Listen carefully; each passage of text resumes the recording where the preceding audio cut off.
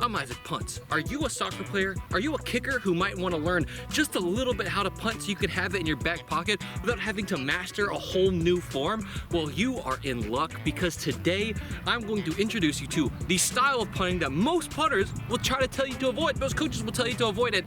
But today we're going to talk about the slicing punt, aka the kicking style punt. A punt that is actually becoming more popular in the NFL, more popular in colleges than people are letting on, but I don't see a lot of people teaching it, so I want to talk about tips, tricks that you need to know if you're going to just try to slice at the ball, get a turnover, get that thing downfield without completely having to fundamentally change your form as a kicker or maybe even a soccer player or goalkeeper. And it's gonna just come in a nicely YouTube packaged 5 easy steps. Let's get right into it. Step number 1. The first thing that we're gonna do when we're working on our slice is focus on the contact point. And what I'm talking about here is the height at which you're making contact with the ball at.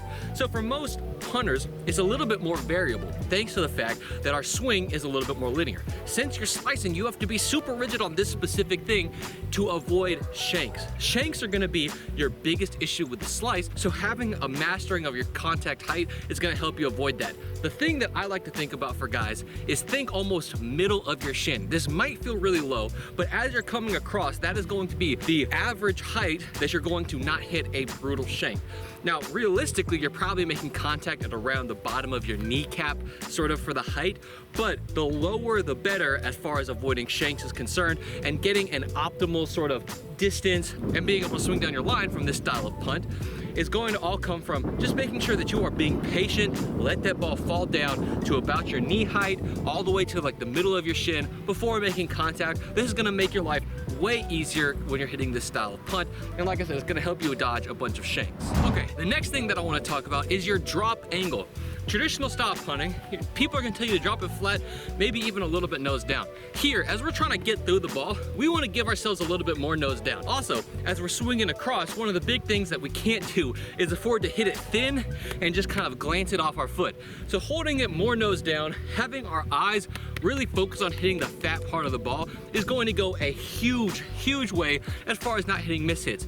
On top of that too, the biggest mistake you can make is think that because you're swinging across, you want to hold it more outside. No, we want to be inside on our hold, and imagine you're dropping that ball down to the exact spot where you're going to hit on a field goal kick.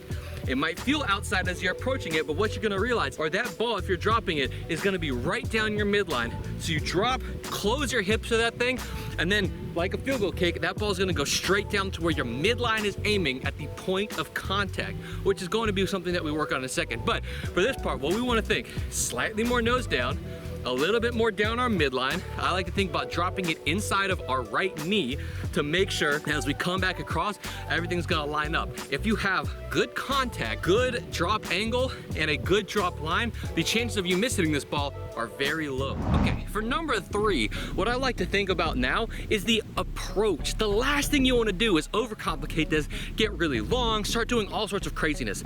For my kickers, one thing I like to tell them is treat it like you're just taking a little one-step field goal, okay? Doing too much and creating too much movement on this style of kick is only gonna bite you in the butt. You don't even need to cover as much ground. Just think about opening your hips up, nice easy drop, and then close your hips to the ball. You're going to be able to generate a ton of power.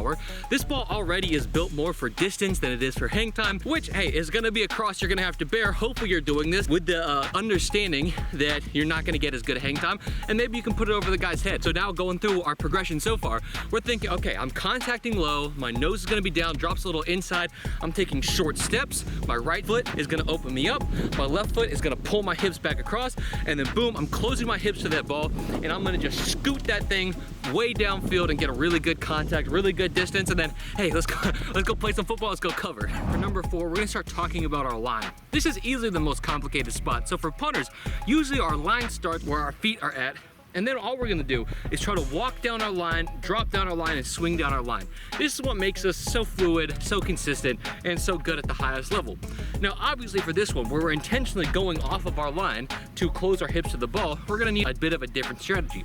So what I've thought about is instead of my line starting where my feet are at, instead I'm envisioning where my line is at when I plant. Now my goal, similar to kicking a field goal, which is a similar strategy, my goal is to get to my plant, then close my hips to that spot where my line is now going to be starting from. So for instance, if you want to do something like this, a good drill you can work on is you stand on a line where you want to kick it from, then back up to where you're trying to actually catch the snap from, and focus on catching, dropping down that line, and then kicking down that line, but approaching it from an angle.